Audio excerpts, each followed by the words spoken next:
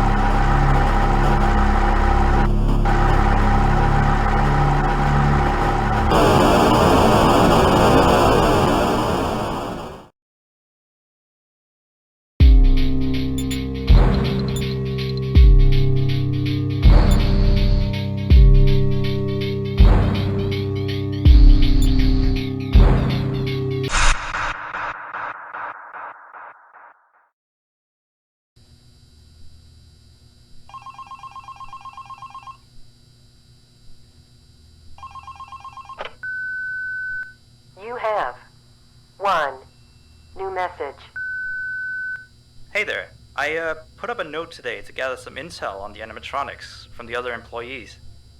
Just to get a list of the issues we had. They've written down some stuff here for you. So let's see. Alright, so obviously the animatronics walk around at night. You know that by now. They try to get to places they shouldn't be. Huh? They act weird after dark. Yep. They don't like adults. I mean, I suppose. They always seem nice around children. Around us employees, they just kinda stare at you. I always thought they just hadn't been coded to interact with anyone other than children. But some of the other employees have felt threatened by it now and then. But I know that some of them are also superstitious morons. So who knows if they just became scared when the animatronic looked at them in the eyes or something. Anyway, one last thing on the list here. The last penguin interferes with the system. There's a sentence I never thought I'd say.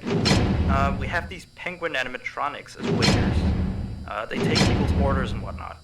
We used to have 3 of them, but 2 of them broke down and haven't been fixed yet. I think they're referring to the 3rd penguin that still works. Or, well, apparently it doesn't quite work